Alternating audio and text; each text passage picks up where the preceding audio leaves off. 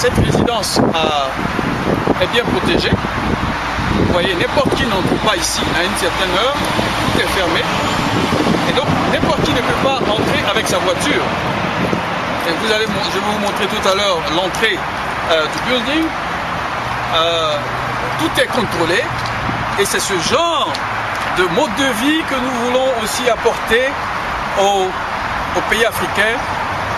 Parce que améliorer les conditions de vie, ce n'est pas seulement nettoyer, prendre des balais, des brouettes, mais c'est de mettre en place les infras nécessaires pour améliorer les conditions de vie de façon qualitative et de façon quantitative.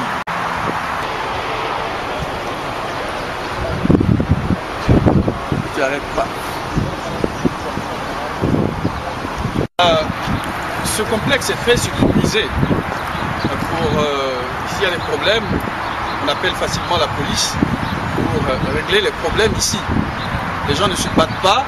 Quand il y a un problème, on appelle la police et la police règle le problème. Voilà un autre policier qui vient d'arriver parce qu'il y a certainement eu un appel qui a été fait, qui a été lancé. Alors, ça contribue au bien-être des populations. Toujours pour le bien-être des populations, nous avons vu tout à l'heure que la police était importante dans le maintien de la cohésion sociale, dans le maintien de la paix dans la cité. Il est aussi important d'avoir une boîte à lettres, chose qui manque dans nos pays. Alors, nous avons aux États-Unis ce genre de boîte à lettres qui doivent, en principe, être partout dans nos pays africains. Vous voyez, ce qu'on fait, c'est très simple. Vous venez, vous avez une enveloppe, vous venez, vous la mettez à l'intérieur, votre enveloppe, et vous laissez. On n'y met pas d'ordures, on n'y met pas de bananes pourries, rien du tout. Tout le monde ici, comme je vous l'avais dit, c'est les Africains qui sont là. Il y a aussi des personnes d'autres étrangers. Ils respectent la poste. Parce que c'est un crime fédéral que de souiller ce qui appartient à l'État. Tout ce qui appartient à l'État est respecté. C'est-à-dire que vous pouvez gifler vos enfants, vous pouvez voler, vous pouvez faire autre chose. On vous enverra dans une cour spéciale. Mais quand vous vandalisez ce qui appartient à l'État, c'est-à-dire à l'État fédéral américain, ça, on ne peut pas vous aider. Alors, la poste, voici le camion qui transporte le courrier.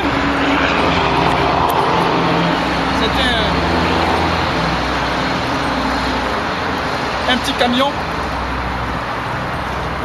très simple, spécialisé, et ce camion appartient à l'État fédéral américain. Évidemment, il y a d'autres moyens de faire de distribuer les courriers, mais c'est la poste qui a le monopole.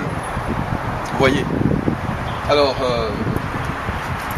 voici les choses qui contribuent aussi au bien-être des populations, parce que si vous m'envoyez une lettre importante que j'ai perdue, si c'est une lettre recommandée, je peux aller me plaindre à la poste pour la récupérer.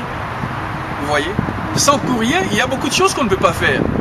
C'est-à-dire les business ne peuvent pas marcher. Vous voyez, les médicaments qu'on envoie dans les laboratoires risquent de ne pas arriver dans les laboratoires, donc ça freine l'élan du développement que de ne pas avoir une poste qui fonctionne.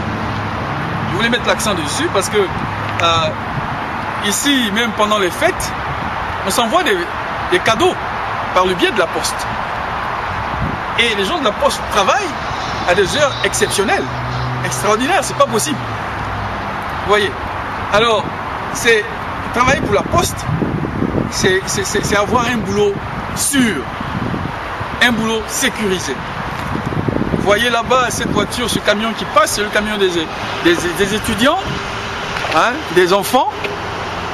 Hein. Nous comptons aussi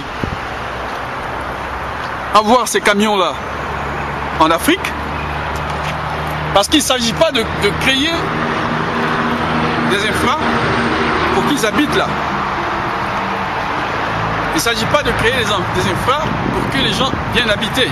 Il faut mettre autour d'eux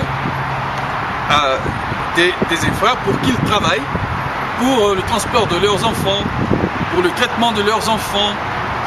Donc il y a de l'autre côté de la rue des centres médicaux, il y a des laboratoires, il y a des centres de commerce, hein, donc, qui permettent à ces gens-là d'avoir des relations de proximité avec leur docteur, avec la pharmacie, et de se déplacer pour aller au travail. Et c'est comme ça qu'ils paient, qu'ils reçoivent leur salaire, c'est comme ça qu'ils payent leurs frais de résidence et tout. Alors, tout cela pour vous dire l'ampleur de la campagne que nous menons. Ce n'est pas juste une campagne pour dire qu'on a déversé des déchets toxiques en Côte d'Ivoire. D'autres personnes se chargeront de le faire. Mais nous voulons que les populations bénéficient d'un environnement sain, d'un mode de vie sain. Et nous voulons accroître, n'est-ce pas, la longévité des populations. En le faisant, nous réduisons le taux de mortalité des populations. Imaginez-vous, vous avez une mère, une grand-mère, une tante, eh bien, ils ne peuvent pas tous venir dans cet appartement. Vous pouvez leur trouver cependant un appartement. Ceux qui sont au village peuvent bien vivre dans ce genre d'appartement. Vous n'êtes pas obligé de vivre autour d'une case avec plein de poussière et se retrouver avec des problèmes de respiration, des poussées, des problèmes gastriques. Parce qu'en effet, la pollution environnementale est source de beaucoup de maladies.